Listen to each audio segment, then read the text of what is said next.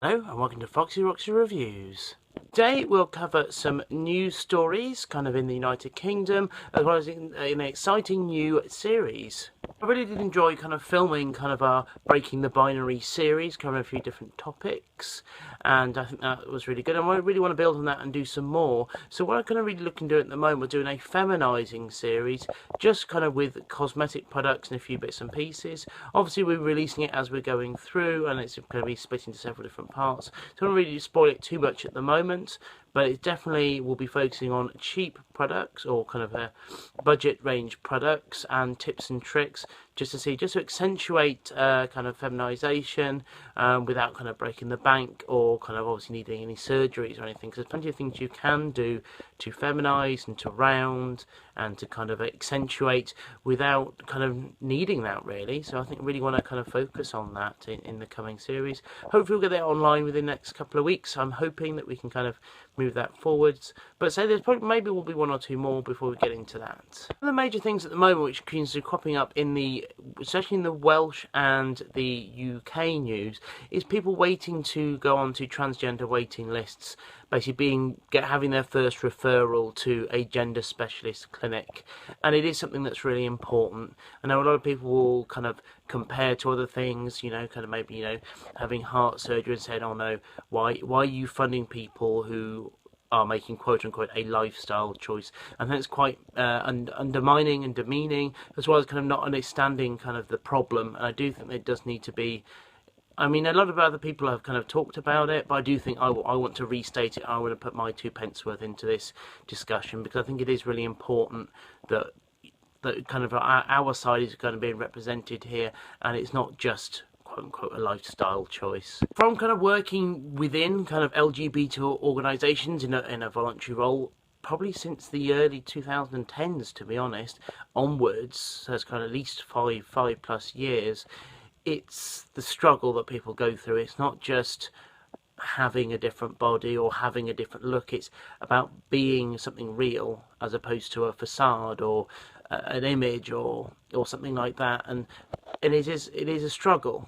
And I know a lot of people who maybe are depressed or is contemplating committing suicide or other various self-destructive things, which have caused a lot of pain, not to themselves but to others.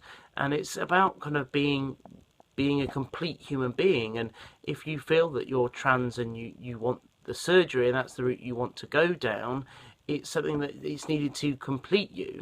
I remember talking to kind of some other LGBT, especially some trans organisations about this topic, and it's more than just quote unquote the price of the surgery. It's what it allows society as a whole to benefit from, because someone who is struggling with a transition or doesn't feel complete in themselves most likely probably won't be working or won't be contributing to society, where if you do spend the money quote unquote, then not only are you getting someone who can be functional and you know can pay your taxes and all that kind of mathematical stuff, but it actually is happier as a human being.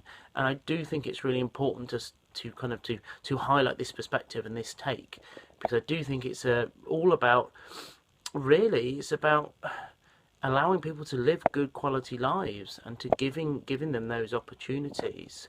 My personal story is very similar to a lot of other people, where it was around 18 months to 2 years before I actually got on to past the waiting list and actually into the kind of actual medical side of things. And even then, that's a 2-year process then, so it's 4 years plus to get to this point that I've got to now.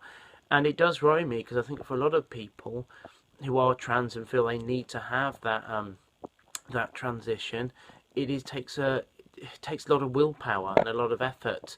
And I can understand why people would be, I don't know, would have difficulty facing the challenge, because it is a big challenge and a big hill to climb.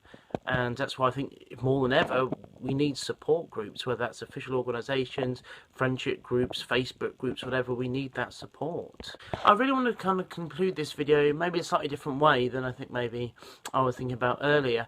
I think finding your identity is a good thing, and I don't think necessarily surgical options is always the answer, quote unquote, when kind of discovering a trans identity and how you fit in in with that. But I think if you feel that that's what you need and that's where the direction you want to go to, I think we do need to kind of step up our support and at least have a network of things together. That doesn't necessarily mean that the NHS has to spend a shed load more cash in terms of kind of support and counselling, but maybe have more connectivity with groups so we all work together at solving the problem rather than kind of pointing fingers at each other, because to be honest, I don't think that helps anything. Anyway, I know that's a very brief topic of a very big issue. As always, if you have comments, any ideas, please let us know. And as always, please subscribe.